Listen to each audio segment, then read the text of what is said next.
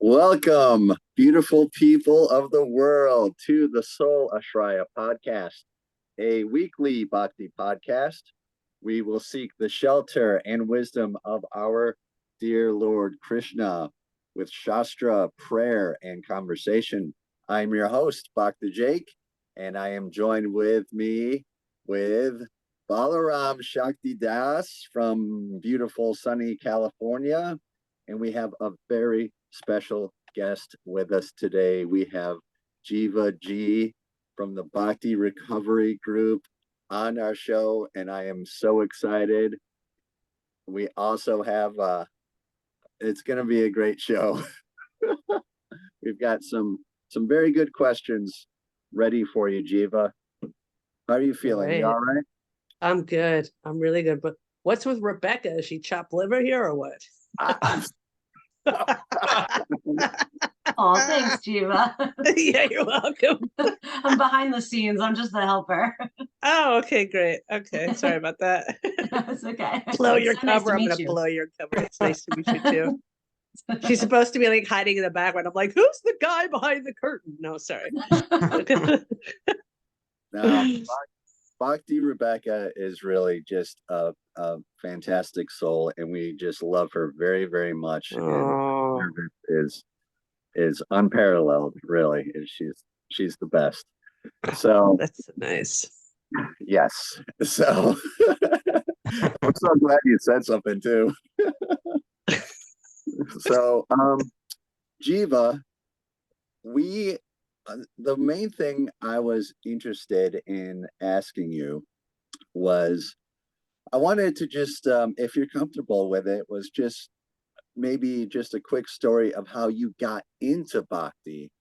I know you're from New York City and you were somewhat involved or a lot involved in the music scene in New York City. Yeah, quite involved, yes. Yeah, yeah. See, being I'm a little younger than you, but I grew up in Rochester, New York, and we would drive everywhere to go to shows. And Great. yeah, so Love that. Road yeah, trip. yeah. So, but I it's just been a kind of burning question of your path to bhakti. So take your time if you feel comfortable, and I really want to know about this. Sure. So was the question when or how? Or both? Both, really. Yeah. Okay. So we'll start with, it's kind of like an in and out type of dipping in and out type of deal. And when I really actually for me, because the 12-step program and bhakti are so intertwined that I can't really separate them as far as like my spiritual path goes. So as far as the spiritual path goes, my spiritual path started in 1997 when I got clean and sober. And this was for me when I started practicing, I would say bhakti without knowing it was bhakti. Practicing and living the principles of the program, going to meet, doing everything that I'm suggested to do it, literally surrendering my will and my life over to the care of 12-step program. So that started when I was 28 years old in 1997, after a very long career in drug abuse. And, under every addiction lies a very sick codependent or an adult child of an alcoholic or dysfunctional family. So through the years, you kind of, when you're working the program all those years, you kind of get to the point of the crux and the actual root of all of the stuff from a 12-step lens. So years and years in the program, I feel it necessary to say this because it's not like all of a sudden like I just like got into bhakti, but through those years, because being on the hardcore scene when I was younger, let's like rewind all the way back to 13 years old. I had my first prasad on Sunday in front of the CBGB's matinee. And above CBGB's was a homeless shelter. So they would come and they would, give out, prasad. I think it was Sunday. And I never tasted anything like that. All the kids were like, "Don't eat that, man. That's a cult." And they put like saltpeter in the food and you're going to get sterile and like all this stuff. And, and I was like, "Oh shit." But it was so yummy. I was just like, my mouth I never had tasted anything like that before. It was just like, what is this, And, they gave me a Bhagavad Gita. I was really young. So basically what I did with the Gita was just take the pictures out and post them, put them on my wall with all my other hardcore, flyers or whatever. And I just thought the pictures were great. I had no idea what the Gita was about. None. I tried. I was like, I have no idea what this is. This is weird. That's what I thought. And I just continued with my life. And constantly, like, there were always people around me when I got older that the Krishna conscious thing sort of made its way into the hardcore scene somehow. And I got a Gita again and tried to read it again. Had no idea. The thing is that if you're giving out Gitas, I really think that's back then. I mean, whatever. It could have been a lot more useful to explain to me what it is about. Giving a teenager a Gita. I was just like, so yeah. Whatever. But I got it. And so let's fast forward again. I never really committed to that. Then I got into the program, and then with about 17 years clean and sober, I hit a huge bottom in my recovery. I started developing obsessive compulsive disorders. I started to be very unhappy in my marriage. We were married I was with this man for, at that time, 15 years. And he was also in the program, like a very typical narcissistic personality disorder type of guy, also a recovering addict. So it was a very intense relationship. He was a born again Christian. But because of the program, we were always very tolerant of each other's spiritual beliefs. And that was never an issue. But what I noticed is that the more I swallowed my desires in life, getting clean and sober was like discovering like who the hell am I? What the heck is going on here? Like I was completely feral. Like I never I just the only thing I did was work little jobs and use heroin. It's like, is there a career for me out there somewhere? I don't know.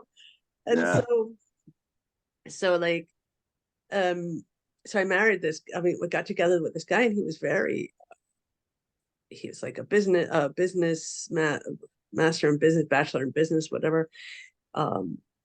And he worked, in management, and he was very together. And I thought, oh, okay, so that's the way life should be. So, I started to kind of follow his lead and realized, after a while that while that is being a productive member of society, it is not something that I like.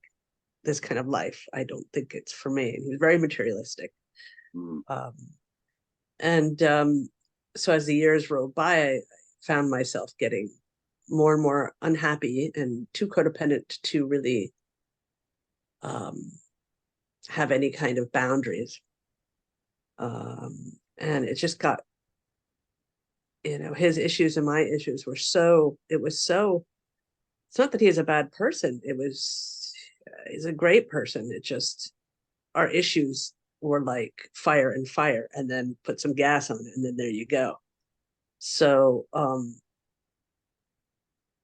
I hit a really bad emotional bottom. I mean, I fell into the deepest depression, and I had to leave him, because if I didn't, I think it would have gotten so bad, panic attacks and dissociating myself, and just really bad stuff.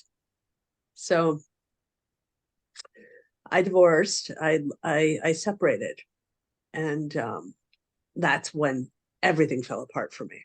But I knew I had to do this. And for me, any kind of spiritual advancement comes after like crash and burn. That's always been my pattern. Yeah. So after this time, this was about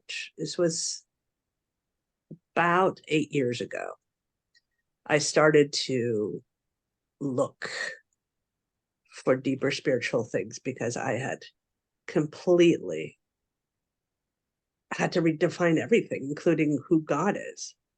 And, even going through a time where I was like, okay, I literally, I don't think I've ever suffered that much.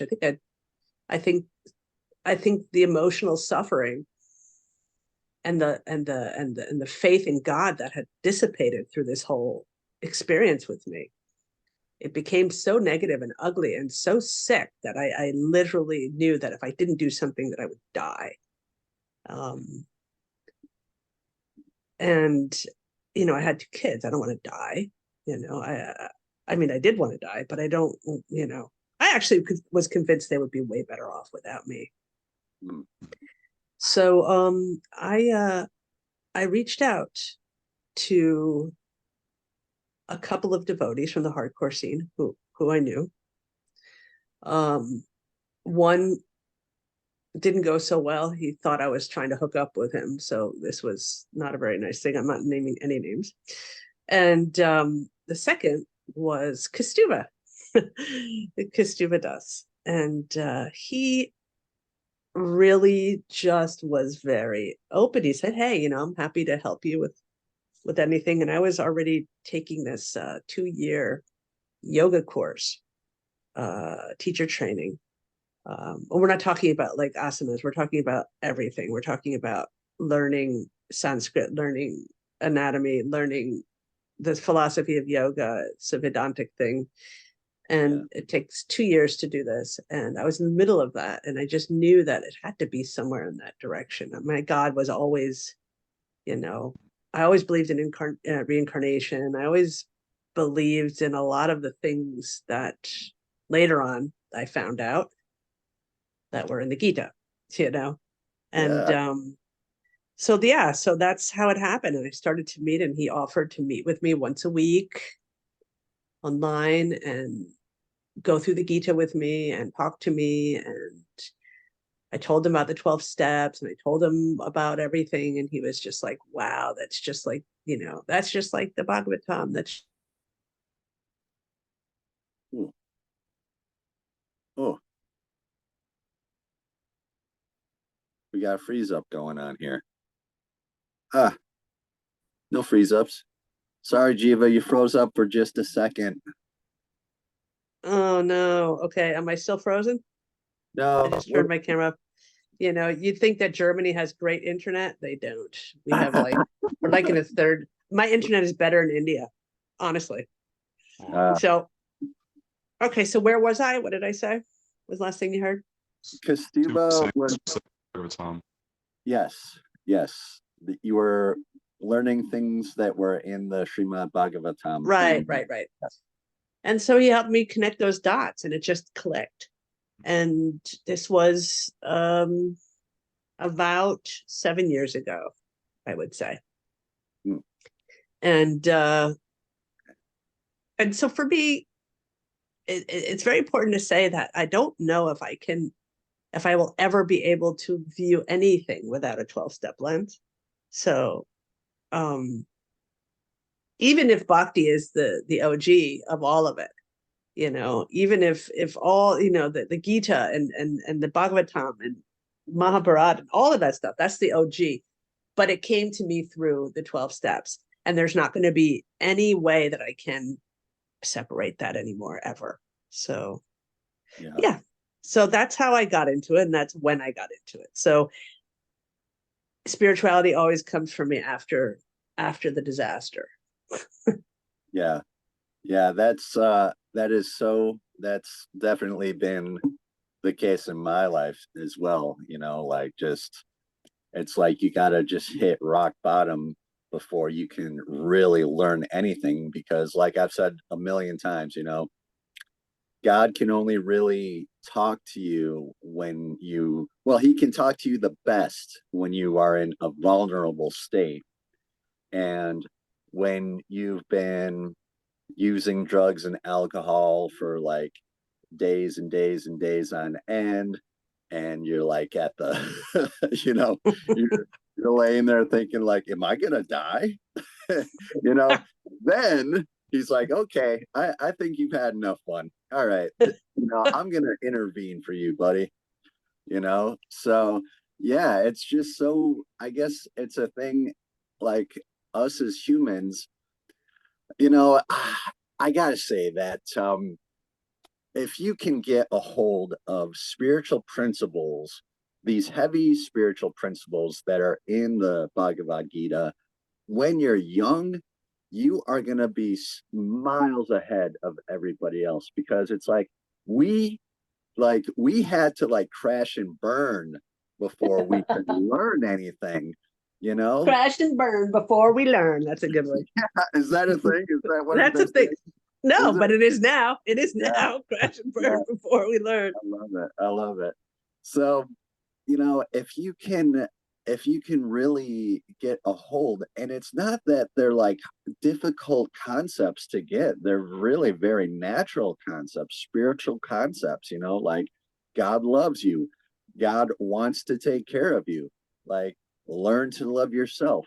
It seems like if you could get these things in your mind when you're young, you can just like kind of skip over all that other stuff and you're just way ahead, you know. And I think you know, when I was younger, you know, I had like this like concept that God was, that I was taught, you know, that like go to Sunday school and in the Baptist church, and you know, he's like the old gray man up in the sky, you know, and maybe he'll help you, maybe he won't, you know, you got to be good, you know. So if we can teach young people, probably especially teenagers, you know, like these really potent concepts that are in the Gita and Srimad Bhagavatam, I feel like, you know, that would help so many people by doing that. So yeah. Yeah. Amen. So I know that Balaram and Rebecca both have some questions for you. Mhm. So I've had my question. Rebecca, did you have some questions for Jiva? I do. Balaram, do you want to go first, or should I try to? Yeah, go ahead. Oh my goodness. Well, I have so many. I'm trying to pick the best one. Let's see. Well, I guess my first question would be, is there a way in which bhakti can help us to understand addiction? I mean, speaking from someone who has struggled with addiction my whole life, who still struggles, I just wonder if there's any, well, I mean, maybe there are ways in which Arjuna's struggle in the Gita can help us in our own struggle, or maybe there are facets of like the role of karma and free will, or are there just, how does like the lens of bhakti help you sort of make sense of addiction itself? Is that something you could speak to at all? Well, that's a great question. Thank you for asking that. And I think the points that you made are, you know, the part and partial of what this question is. You know, this is a very large question with like lots of facets of answers, depending on exactly where we're born, what body we're born in, and what karma we need to kind of, you know, where we are, you know, and so yes, of course, you know, we go through the Gita and the conversation between, you know, Krishna and Arjuna, and basically, to put it real simple, you know, we go through all the chapters, and through all these chapters, he's surrendering, he's surrendering and surrendering. He's surrendering to attachments to his family. He's surrendering to his own concepts. He's surrendering to, you know, to the world. He's surrendering to all these things, and through this story, which is his specific story, which we all have. Every single one of us has one little, every single one of us are infinitely unique. And I don't mean unique in the way of like terminal uniqueness or, like I'm just like a special person. I mean, literally every facet of, in what karma level. I really don't like those words, but I can't think of anything at the moment. Anything better to describe it as. Sort of like, so that's one aspect. I mean, I can go like, this is like a whole of Pandora's box in that area. I can go into saying that, with the karma part of it, we're all born, I would say, like, that's why I would never I never like or enjoy looking at other people's path and comparing that with my own, because it's like, it's comparing, I don't know, it's comparing rocks and apples and saying like, oh, your apple is better than mine, but it's not, it's a rock, it's not, it doesn't make any sense for me to compare. So when we're born, like everybody has like, it's like this measuring stick. So everybody's born in a different, if you want to look at it as levels or advancement, which I don't look at it as, and this is why. So you're born, let's say you have this meter stick, or a yardstick, and on this yardstick, someone's born on -50, someone's born on 0, and someone's born on +50. Now, all of us throughout our lives, we have to make some sort of advancement, or we don't. But let's say people are going into spiritual advancement. And when we go to, sorry, my husband just came and I got totally distracted. So when we are born with that, we make this advancement and we advance forwards. Let's say the person who was born on 0 advanced 50, the person who was on +50 advanced 50, and the person who was on -50 advanced 50. Who ran the most? Who did? No, really, who did? Nobody. Everybody did 50. So it's not about where we're at, right? So that's the karma part. That's the karmic part. And if we're able to accept that this is where we are, and these are the things we need to deal with, right? In order to get to advancement. Advancement doesn't mean to be on the highest level of being a devotee. It means doing with what I'm born with, right? To the best of my ability. So, and then the addiction part, when you're talking about addiction, we're just talking about pure threefold miseries. We're talking about Maya. We're talking about all of these things in the age of Kali. We're talking about all of these things that hinder us and get us distracted from what we're really looking for. When we're doing drugs, when we're shopping, when we're trying to get that fix, all we're really trying to do is get the love of God. That's all we're trying to do. And we're just filling that God-sized hole with all this stuff. That's all we're doing. And, there's this great expression, physician, heal thyself. Well, the knowledge is not going to get us anywhere unless we experience. At least for me, I can only really talk about myself. There are some people that might just understand this because maybe in their past lives they've already done it. It's like, oh, why does this person get it? Doesn't have to fall on their ass and doesn't have to eat dirt the whole time and doesn't have to crash and burn. Well, because they probably did it in their past life and they don't need to do it now. So what? So what? It is what it is. So, learning, and having that full acceptance of this is where I am. This is what I've been given. And thank you, God. Thank you, whatever, me, my fallen self, to get me in that position, and that Krishna is always there. He is the air. He is the trees. Krishna is everything, and it's ready for me at any time. It's only me that gets in the way. So in my experience, and that's the thing, I can really only talk about my experience. And my experience is this: I crash and burn. I have literally consumed every noun, every person, place, or thing, consumed with this gluttonous, addictive kind of, oh, give it to me, and wound up empty-handed at the end. It's never filled, and then it's not even fun anymore. And the only place for me to turn is Krishna. That was the only place to turn. So, and comes with a certain humility, knowing this is where I am. This is the body I was given. These are the anartas I'm dealing with. And these are the things that that I'm gifted in order to make those advancements. So surrendering to that process, which is no different than a 12-step process. Surrendering that, the 12-step process just brings it into kind of like an everyday sort of different language. That's all it does. So when I discovered Bhakti, it was like, wow, that was like it was like the expanded version of the 12 steps. Like, oh my God, that's what that means. And that's what that means. So for me, like I said at the beginning, I can't separate the two. So yeah, I don't know if that answered the question. Is there other, I know it was a very wide-reaching question, but it does.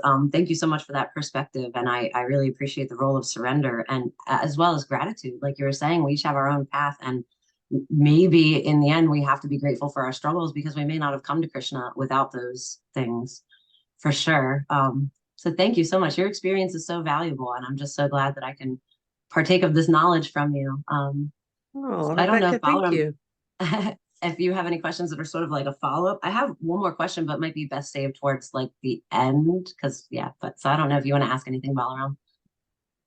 Yeah, I definitely want to follow up on that. Thank you, Rebecca. Thank you, and thank you, Jake, for the questions. Yeah, I've been scrambling some notes down here, and I'm seeing some really nice, a really nice theme. So let me just try to connect my dots here. I really appreciate this point of we have our unique story, and there's no sense in comparing, right, with others. And this, like when you were answering to Jake, this coming to Bhakti through the lens of the 12 step and needing to appreciate your path. And then, okay, I'll I'm just gonna try to say a bunch of things and then speak. Sure, no worries. Go for it. So when you said Krishna is ready for me, and it's only me, when you said that, you took it in another direction, but I was thinking it's me, like it's just me and Krishna, and he's waiting for me to become conscious in my unique way, like meaning it's you, it's not someone else's path, it's not what someone else says, like you have to become conscious. And he's given you these gifts, he's given you every part of your experience. And so if we can really own that, then everything will make sense, because it's only going to make sense to you in the way that he is giving you himself, which is amazing. That is an amazing way of breaking that down. Yeah, absolutely. Yeah, so appreciating our own path. And then I wanted to, well, something I wanted to get into you with is I recently, just this week, had a very deep conversation with a dear friend of mine, another devotee, where we confided in like how we came to kind of maturity in Krishna consciousness, if you will, to some degree, let's say. Yeah. But really meaning like to maturing. Let's say becoming to maturing. Totally. But we were sort of like unraveling this sort of like knot of addiction, and particularly like sexual sobriety. It's been That's a big one. That's a big one. And of course, as we know, every addiction, and like you kind of hinted at, it's all kind of one thing, right? It's just this hole that we're trying to fill. And if we're not filling it with one thing, it's like I quit drugs back in, was that end of 2011?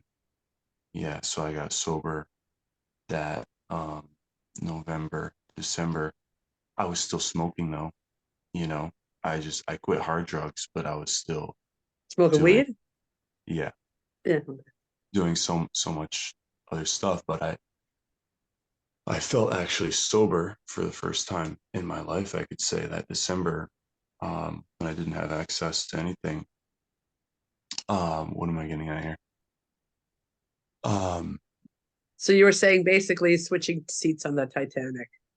Right. I think that's what you were getting to. Yeah. So, okay, you guys had mentioned crash and burn before we learn, and how God speaks to us in that place. Okay, so a concept that we unpacked here, and I want to get your feedback on this, but it just makes so much sense. So we have the concept of Boga Tyaga, right? Which is one day you're indulging, and then you get totally frustrated with that, and so you say what we've all said a million times is, I'm never doing it again. Right? Yes. You're totally hungover. It's very easy to renounce when you're experiencing withdrawal, right? Or whatever. You're in the bottom Yes. of the pit. And so it's like, I would venture to say it's not quite that God is speaking to us there, but it's when we respond in a way that's really taking responsibility, right? And the actual surrender of, okay, I want to show up in my world in a way that is dharmic, I would say. And so the yogic principles, what they're doing is they're giving us dharma versus adharma, which we're naturally going to fall into due to ignorance, especially in this age of Kali, where we have no real roots of family structure that are giving us a natural dharma, right? So Yeah, but when we're lucky, but isn't it that we're so very lucky when we are able to practice a dharma? Because often in this age of Kali, through a dharma, we learn through not doing what we need to do or what we're meant to do, you know? Oh, absolutely. Absolutely. Okay, sorry, go ahead. Yeah, no, that's a good point. So, so then, it just sort of came to me that so there's also this understanding of Dharma, Artha, Kama, Moksha, the four Purusha Arthas, the four goals of life. And those are precisely ordered, right? They're in a very precise order. That's the order that you're supposed to apply them. And so the Boga Tyaga, Boga means Kama, right? So it means desire, enjoyment. And so my personal experience was, and I think a lot of us can relate to this, as you said, like I consumed every noun. Yeah, right. It's like whatever there is out there to enjoy, to just try to siphon into my stomach, or whatever. I have done it. And so that karma, it's like I've tried it all, and I went as hard as I possibly could. I became as most expert at karma, right? And it didn't work. And it's not precisely that the karma is wrong, because it is one of the purusharthas. Like, it is actually valid in the sense, well, in the sense, because it's not that desire is wrong, it's just you're misusing it.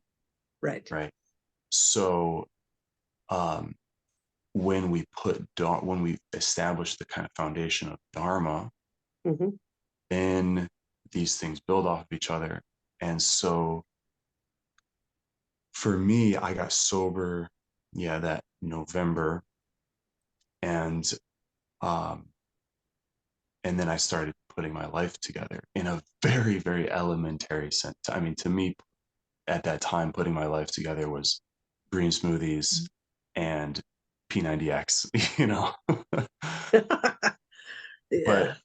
But that did so much for me that 6 months later, I had a conversation with God, you know.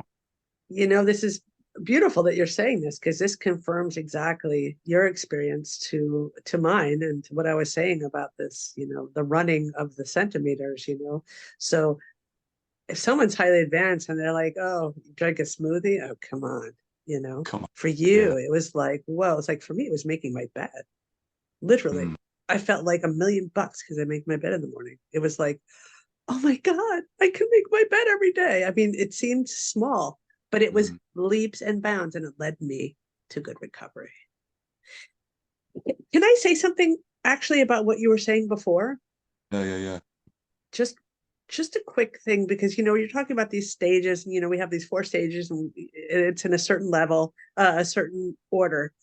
I believe that for me at least, I have experienced from my experience is that I compartmentalize that.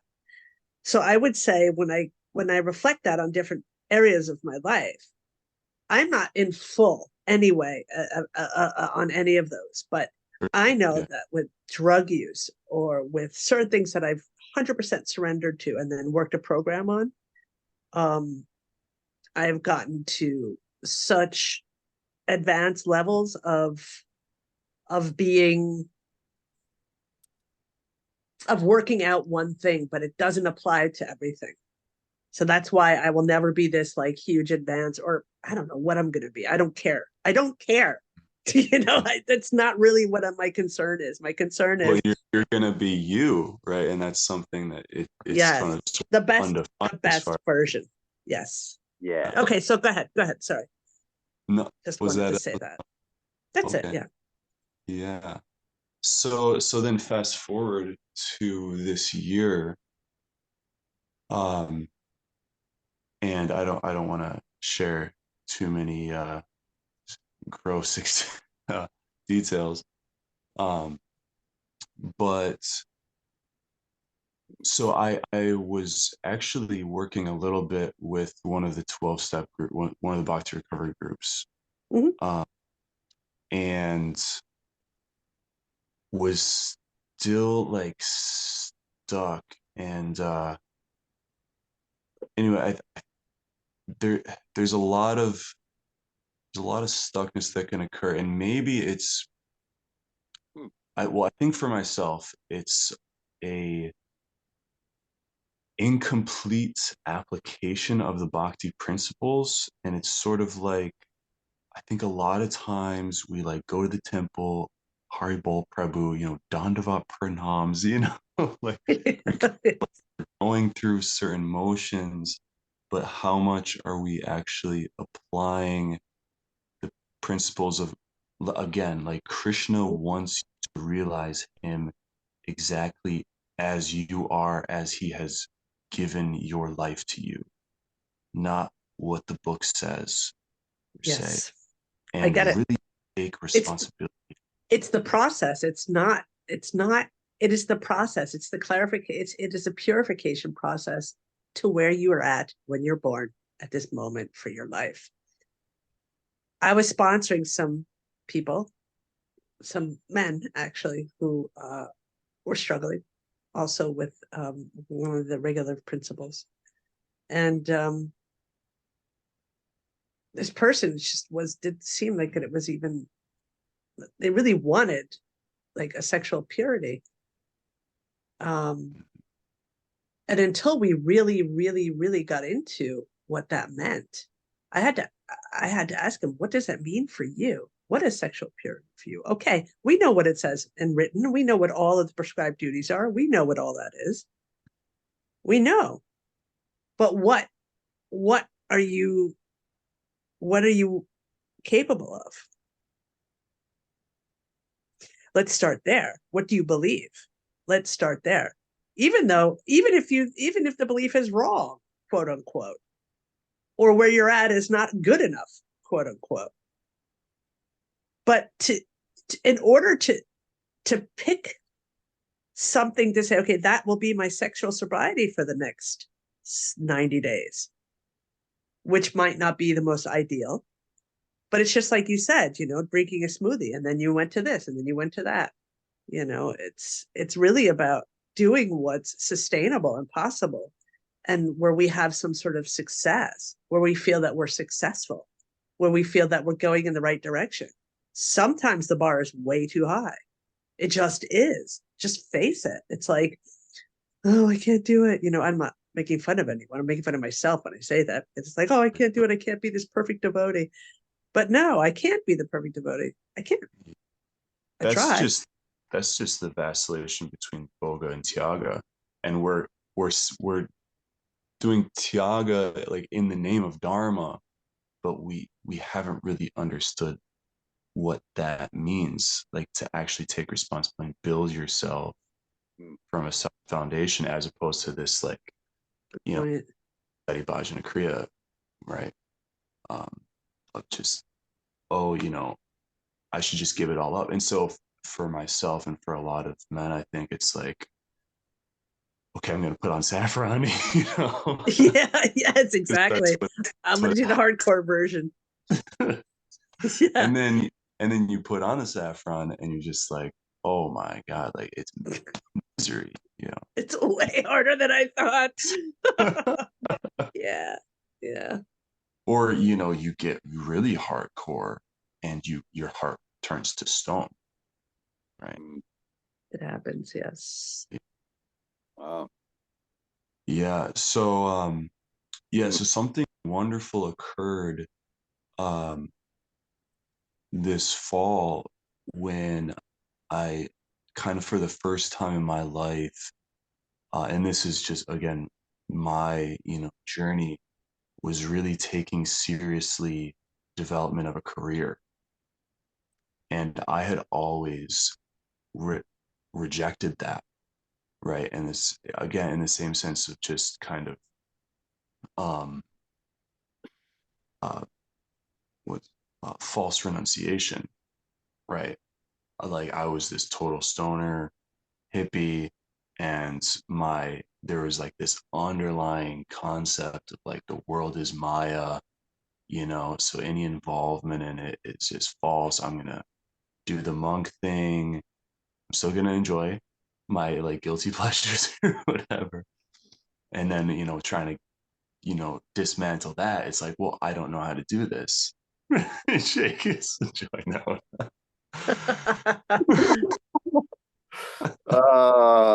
So I became a truck driver. What did you say, Jake? So I became a truck driver. Which is awesome. Are you a truck driver? That's so cool.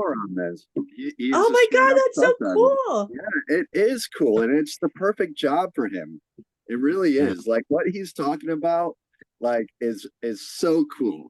I love it. Sorry, Balram. Go ahead. I'm just. It's like this senior devotee in Tucson. He was wearing like a salmon shirt or something, and someone made like a a smart comment like, oh, like you're saffron, huh? And he's like, I'm just saffron from the waist up.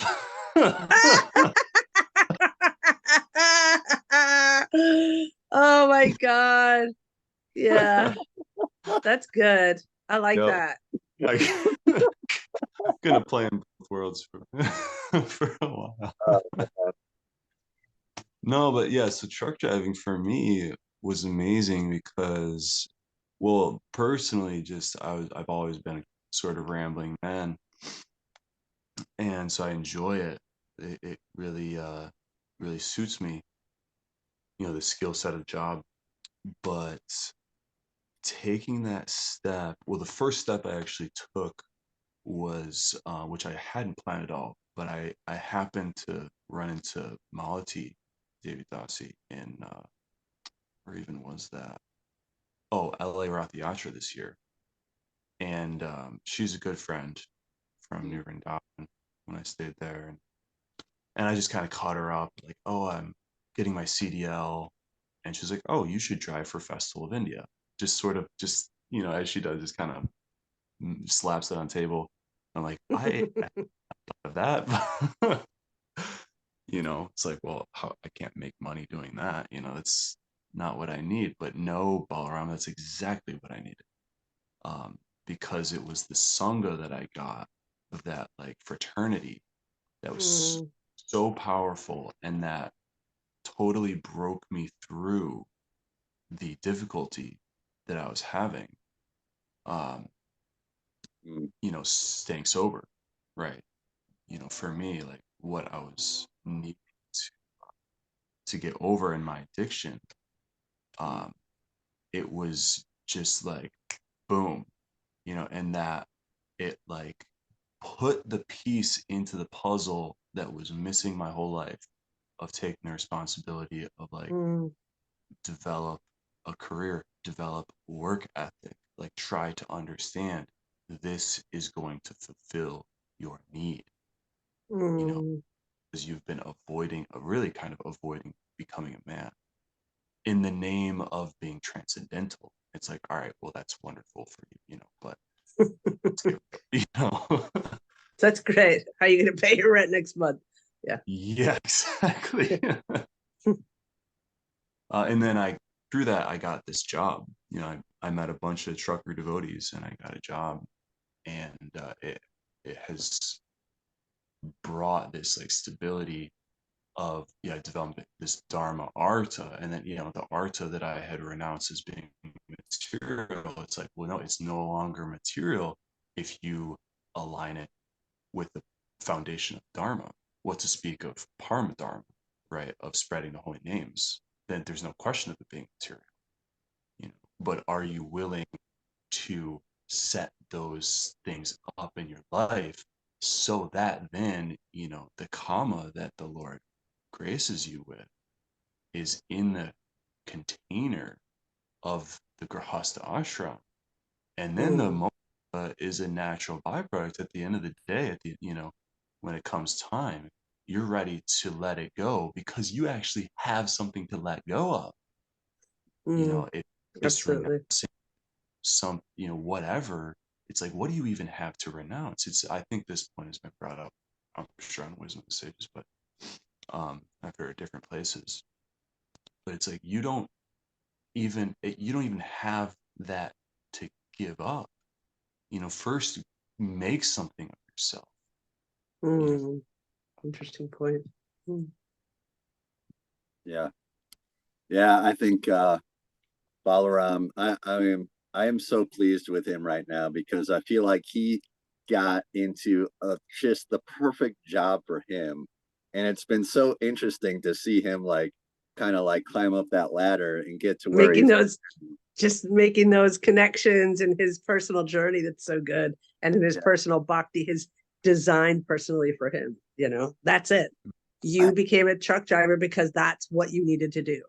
It's been amazing to watch it. It's been amazing to see the step from where I'm at in my perspective. So me and Balaram are both from Rochester, and he's I'm a little older than he is, but you know, we have like this like commonality in the devotees with the devotees in Rochester, you know. And so, you know, we've been friends for a while now, and I just know exactly what he's talking about, and everything he's saying is so true, because I've been like kind of tracking him, you know, and it's like, it's amazing how Krishna can put you just exactly where you need to be. And it's just like, I've seen the effort on his part, you know, he's been putting forth effort. I mean, I feel like it's been throughout our podcast, actually, like, you know, it's been throughout definitely the past 6 months, I would say, you know. And it's just been so great to see his you know, evolution into what he is now. You know, it's really great. And now he's in California. I like that word. Love that word, evolution. Yeah. in Yeah. this sense. It's a good, wise choice. Sometimes I'm like, I don't like that word, advancement. I mean, I kind of like it, but I don't want to use it so broadly because other people might misunderstand it. And anyway, Yeah. evolution's nice. Yeah. You know, so yeah, it's just like the perfect thing for him. And it's been just amazing to watch, and like just a real nice kind of picture of what Krishna can do for someone's life. You know, there's a lot of value in associating with great souls, and we celebrate their victories. When they have a victory, it's a victory for us. You know, Yeah.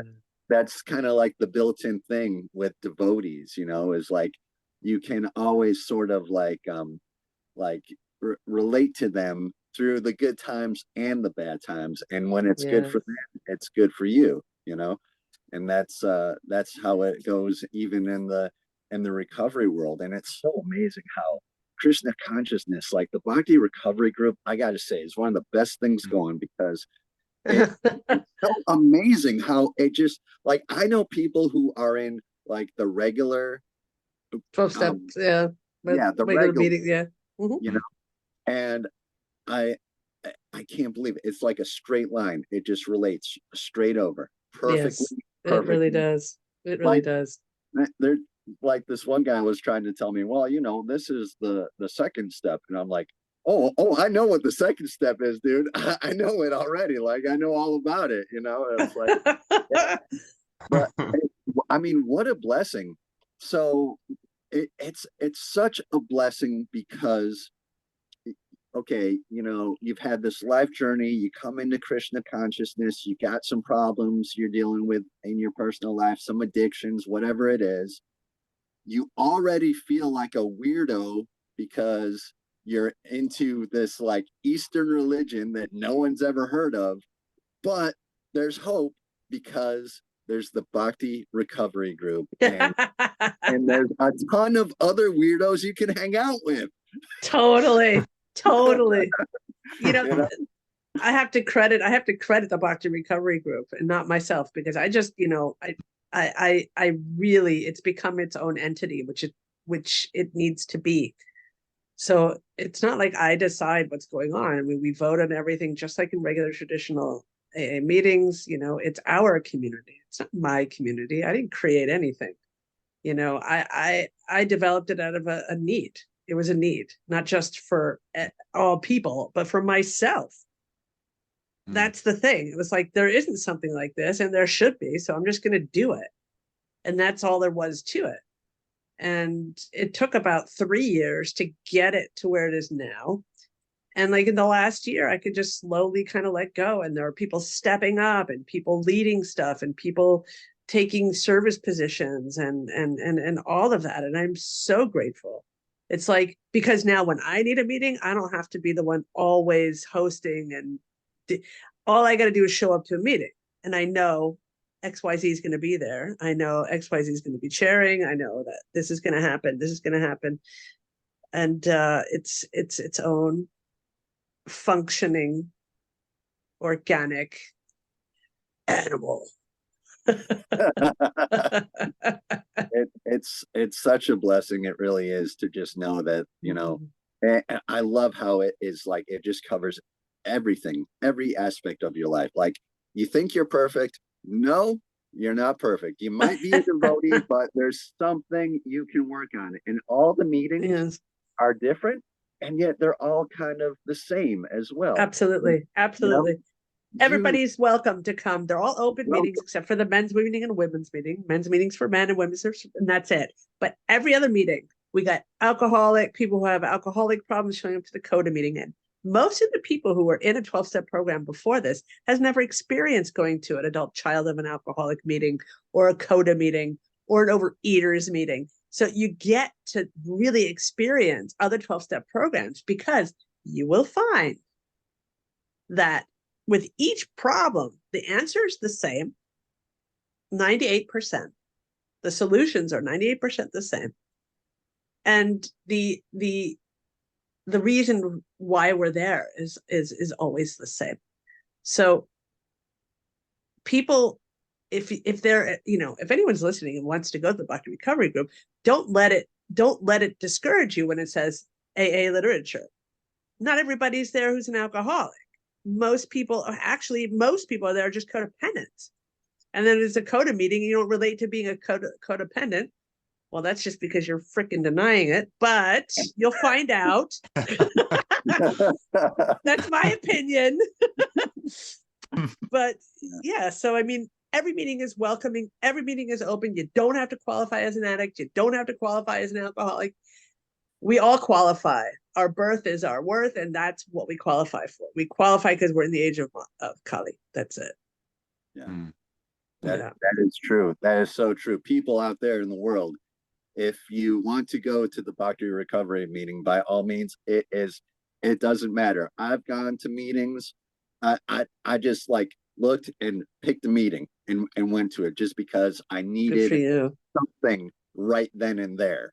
Like I kind of have just like those moments, like it's like a wave coming up and then it goes down. But I do like Bhakti Jake has his moments, like it's hard living from day to day sometimes, like, oh, you want to go to a restaurant or something. Oh man, there's something about that restaurant that makes me kind of want to, okay, well, go to a meeting, tell your friends, like have a breather, Yeah.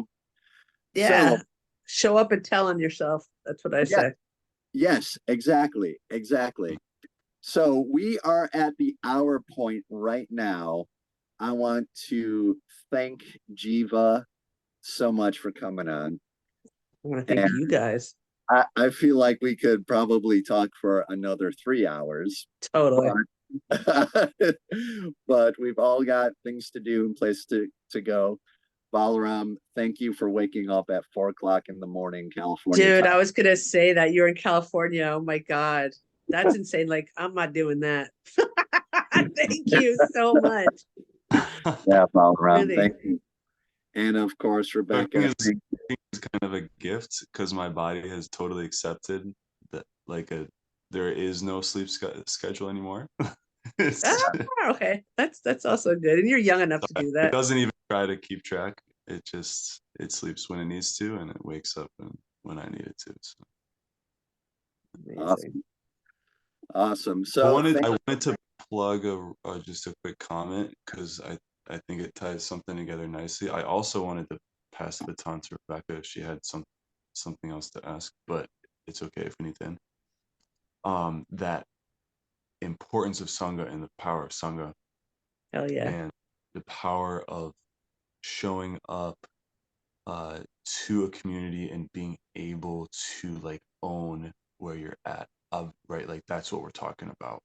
Mm-hmm. And that's like, as you said, like that is a need in our community because, there's the obvious danger of this like disembodied spirituality.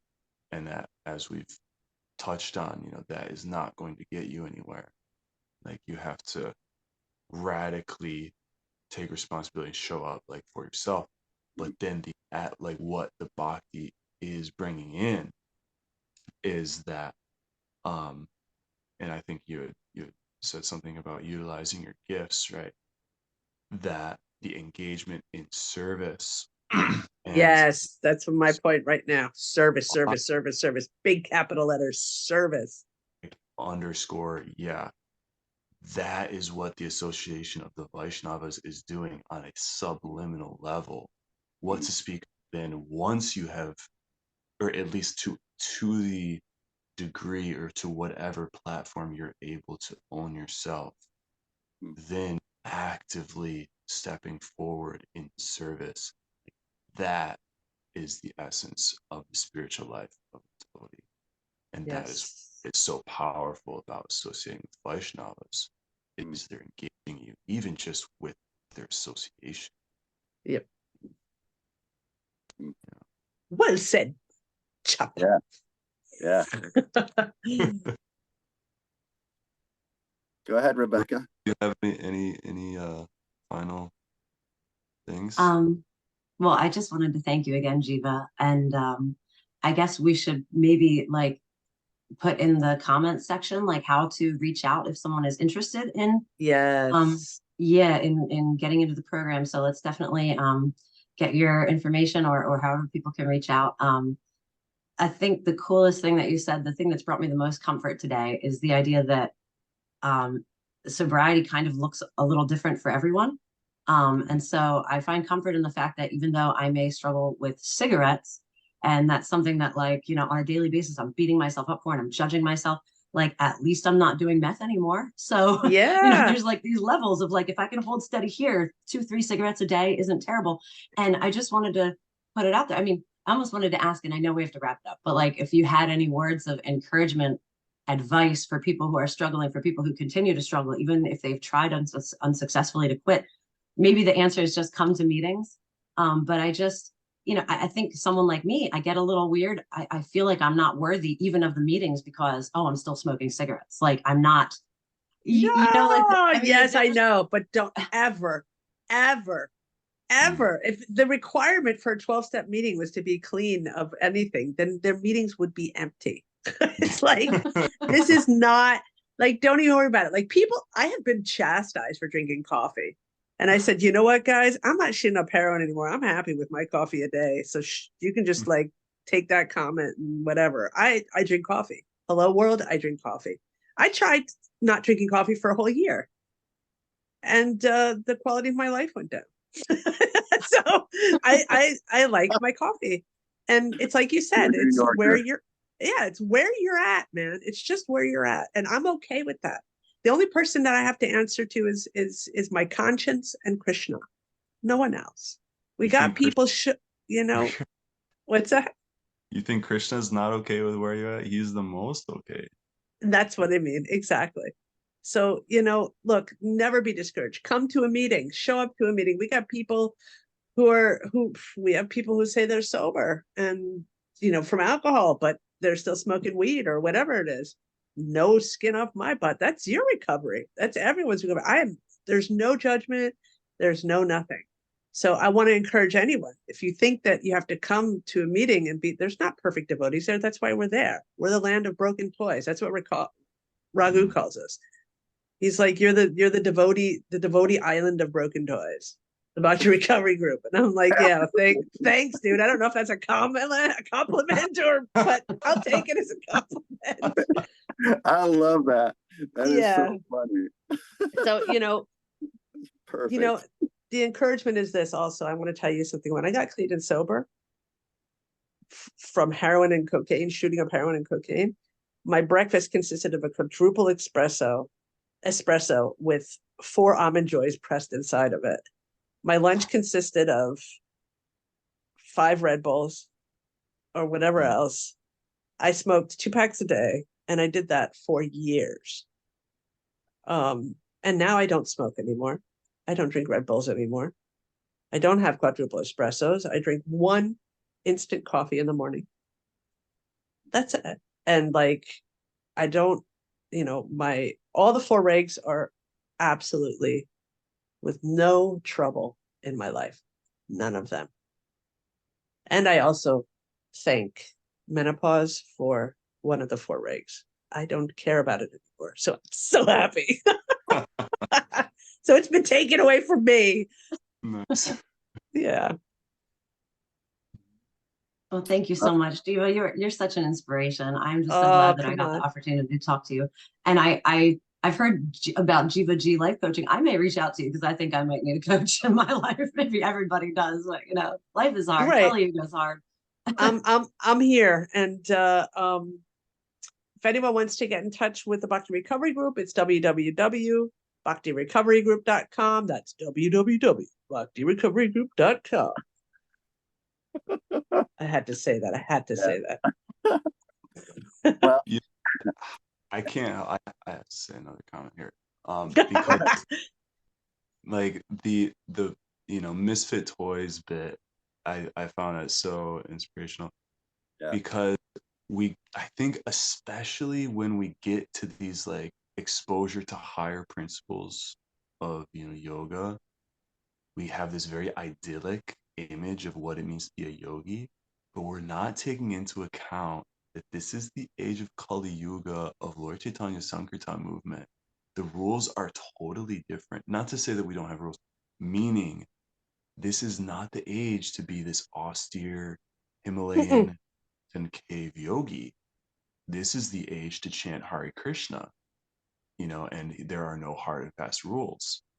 Oh my And God, so, I just read that this morning. I read this morning in the Gita. It's chapter 6, 32 or 33. I just read that, exactly this. So thank you for saying it again. I love these coincidences.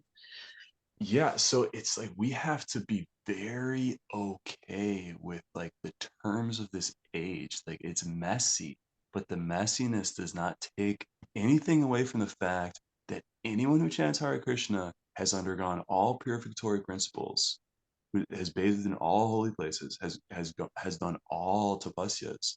Like we've already done that, So now just be here, be in the body that Lord has blessed you with, and chant Hare Krishna. Like that's it, Yeah.